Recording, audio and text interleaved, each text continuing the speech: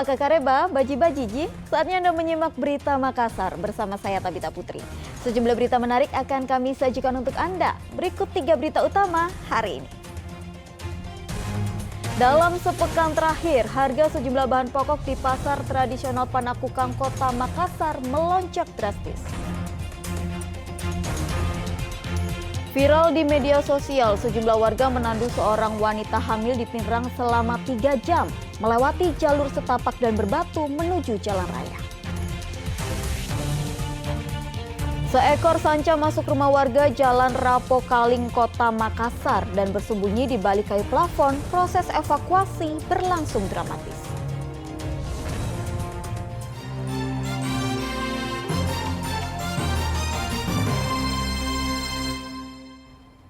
Informasi pertama, dalam sepekan terakhir harga sejumlah bahan pokok di pasar tradisional Panakukang Kota Makassar melonjak drastis. Salah satunya harga cabai rawit naik dari Rp20.000 menjadi Rp40.000 per kilogramnya.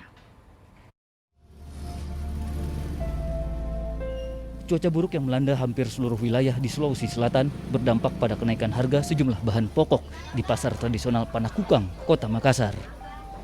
Salah satunya harga cabai rawit naik dari Rp20.000 menjadi Rp40.000 per kilogram. Sedangkan harga tomat naik dari Rp10.000 per kilogram menjadi Rp15.000 per kilogram. Sementara itu harga wortel naik dari Rp10.000 menjadi Rp15.000 per kilogram. Tidak ketinggalan, harga kentang ikut naik dari Rp15.000 menjadi Rp17.000 per kilogram. Kenaikan harga dipicu kurangnya pasokan seiring penurunan hasil panen petani akibat cuaca buruk selama sepekan terakhir. Apa-apa saja yang naik? Ya naik, ya, cabai, tomat, kentang, wortel. Itu kalau cabenya dari harga sekarang berapa? Sekarang harga 40, dari sebelumnya 25, 20. Iya. Per kilonya itu, Pak? Per kilonya itu. Kalau tomat sendiri? Tomat dari 10.000 menjadi 15. Iya. Kentang dari 15 menjadi 17. Wortel 10.000 menjadi 13, 15. Kalau yang harga yang naik signifikan itu cuman cabai ya? Cabai. Cabai. Iya. Itu kira-kira penyebabnya apa itu, Pak? Kalau bisa ditahu? Biasanya kalau cabai ada pengiriman. Iya, ada dampak dari banjir. Ada faktor alam lah. Cuaca buruk Iya, gitu. cuaca buruk, iya. Oh, gitu. Distributornya agak bagaimana? Ya, memang barangnya memang kurang. Kurang, selain Iya. kurang dengan cuaca buruk, Iya, stoknya terbatas, pemakaian yang banyak. pemakaian Ya, banyak. disitulah melonjak. Untuk harapannya sendiri, Pak, untuk para pedagang ini, apa harapannya? Ya, mudah-mudahan cepat stabil lah harga. Gitu. Dampak kenaikan harga ini, para pedagang mengeluhkan jumlah pembeli berkurang. Mereka berharap cuaca buruk cepat berakhir sehingga harga bahan pokok kembali normal. Raisa Habu melaporkan dari Kota Makassar. Tim DVI Kedokteran Polda Sulawesi Selatan berhasil mengungkap identitas 2 korban longsor di Kecamatan Cerana, Kabupaten Manros. Hingga saat ini masih ada 2 korban longsor lainnya yang belum ditemukan.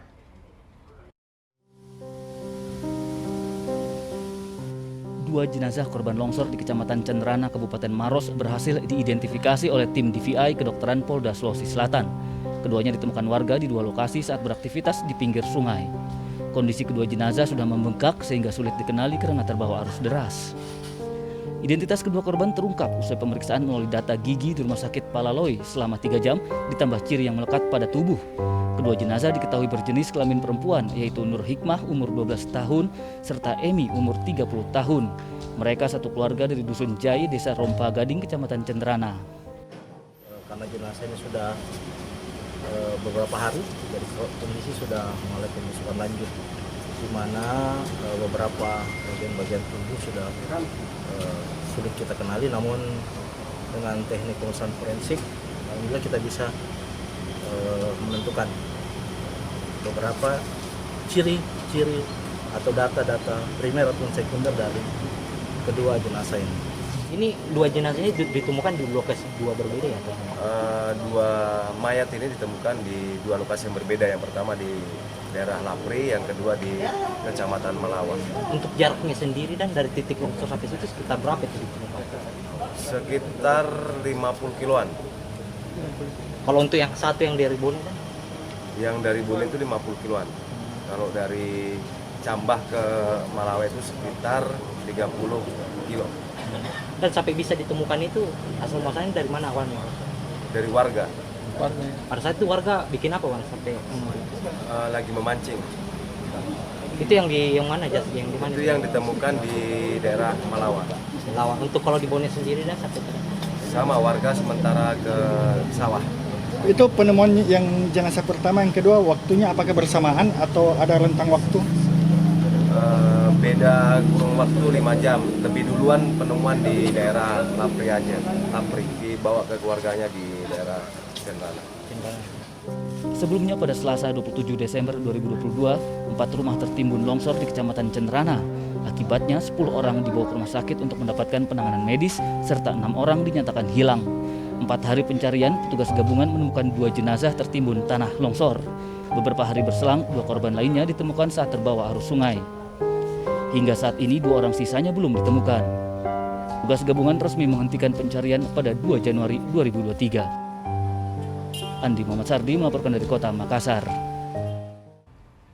Sementara itu mayat bayi laki-laki ditemukan terkubur dalam gundukan tanah di samping rumah warga Kelurahan Biring Kaloro, Kecamatan Palangga, Kabupaten Goa. Polisi hingga kini masih menyelidiki sekaligus memburu pembuang bayi. Penemuan mayat bayi terkubur gundukan tanah menggegerkan masyarakat Kelurahan Biring Kalaro, Kecamatan Palangga, Kabupaten Goa. Begitu menerima laporan, tim Inafis Polres Goa bersama tim medis Polda Sulawesi Selatan segera melakukan olah tempat kejadian perkara. Petugas evakuasi jasad bayi ke dalam kardus untuk pemeriksaan DNA di Polda Sulawesi Selatan. Berdasarkan hasil penyelidikan sementara, bayi berjenis kelamin laki-laki dan diperkirakan telah dikubur selama 3 hari. Salah satu warga curiga melihat gundukan tanah dan bekas galian di samping rumahnya.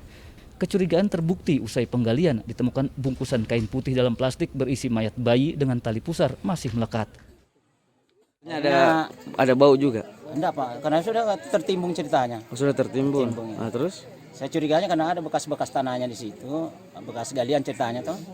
Nah, saya curiga bilang ada sesuatu di bawah ini ditanam. Nah, terus? Saya tanya anakku, bilang, wih, ada orang yang habis gali lubang di sana itu. Kayaknya ada ditanam di bawah. Setelah sampai saya di TKP bersama Pike Fungsi, nah, maka saya saksikan bahwa betul ada penemuan mayat Bayi ini? nah, bayi. Kalau dilihat kondisinya bagaimana? Ya kondisinya kayaknya sudah 3 hari bayi itu. 3 hari? Oh 3 hari bayi itu diketinggalannya. Saya hubungi Inafis Polres Goa untuk memulai TKP bersama SPKT Polres Goa. Polres Goa. Ini akan dibawa ke Bayangkara ini? Iya, akan dibawa ke Bayangkara. Untuk diotopsi ya? Untuk diotopsi. Polisi hingga kini masih menyelidiki sekaligus memburu pembuang bayi.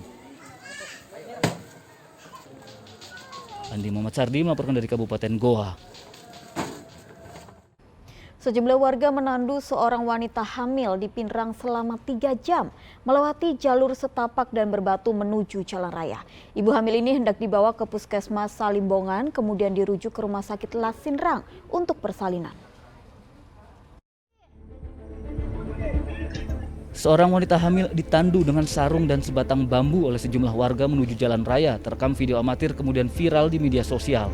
Ibu hamil bernama Asmia ini dibawa ke Puskesmas Salimbongan, Kecamatan Lembang, kemudian dirujuk ke Rumah Sakit Lasinrang, Kabupaten Pinrang untuk persalinan. Akses di wilayah tersebut tidak dapat dilintasi kendaraan roda 4. Sebelumnya Asmia mengeluh sakit perut dan menghubungi bidan desa pada Kamis malam. Namun karena hujan deras disertai angin kencang, ibu hamil itu dibawa ke puskesmas keesokan pagi. Asmia ditandu selama 3 jam atau sekitar 7 km ke jalan aspal melalui jalan berbatu dan setapak menuju mobil yang menunggu pasien. Di daerah Karyangon, tempatnya memang tidak ada kendaraan sampai ke sana. Tapi ada ambulans disiapkan belum? Ada. Mobil desa siaga juga ada. Jadi pas selesai ditandu itu diangkut mobil desa siaga ke puskesmas. Kemudian dari puskesmas dirujuk ke rumah sakit. Kejadian ada didampingi sama ibu bidan atau bagaimana, Bu? Iya, jadi ceritanya pada waktu malam hari ibu bidan desanya ditelepon bahwa ada pasien yang mengeluh nyeri perut. Kemudian bidan desanya berangkat ke rumah ibu tersebut. Ibu tersebut sebenarnya tafsiran persalinannya itu nanti bulan Februari. Seandainya memang sudah tafsiran, ya di sana kan ada rumah tunggu di Puskesmas Salimbongan. Tapi karena memang belum tafsiran, mengeluh nyeri perut, bidan desa ke rumahnya untuk melihat kondisi ibu tersebut. Memang pada waktu pemeriksaan itu kondisi janinnya sudah tidak terdengar denyut jantung janinnya. Makanya diputuskan untuk merujuk malam itu. Tapi karena hujan deras dan angin kencang, akhirnya besok pagi baru dirujuk. Sayangnya, bayi yang dikandung Asmia dinyatakan meninggal dalam kandungan, sedangkan nyawa Asmia tidak tertolong setelah menjalani operasi. Suwardi Gatang melaporkan dari Kabupaten Pinerang.